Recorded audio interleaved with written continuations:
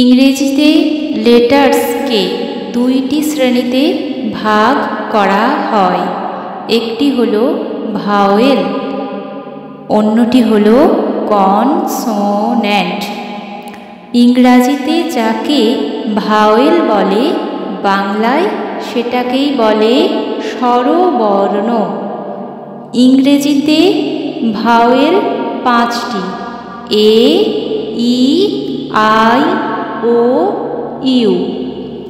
ইংরেজিতে যাকে কনসোন্যান্ট বলে, বাংলায় তাকে বলে ব্যঞ্জন বর্ণ।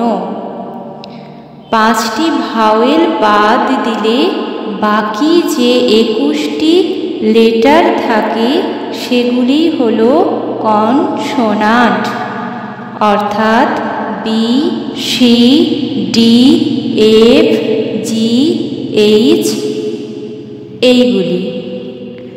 ভাওয়েলগুলির সাহায্য ছাড়া কোনো কনসোন্যান্টই উচ্চারণ করা যাবে না, অর্থাৎ ভাওয়েলের সাহায্য নিয়ে তবেই কনসোন্যান্টকে উচ্চারণ করা যায়। তাই ইংরেজির প্রতিটি শব্দের বানানে অবশ্যই ভাওয়েল থাকতে হয়। উদাহরণ: বল, ক্যাট, এগ এইগুলি এক একটি শব্দ, প্রত্যেকটিতেই একটি করে ভাওয়েল আছে, তাই উচ্চারণ করতে পারলাম।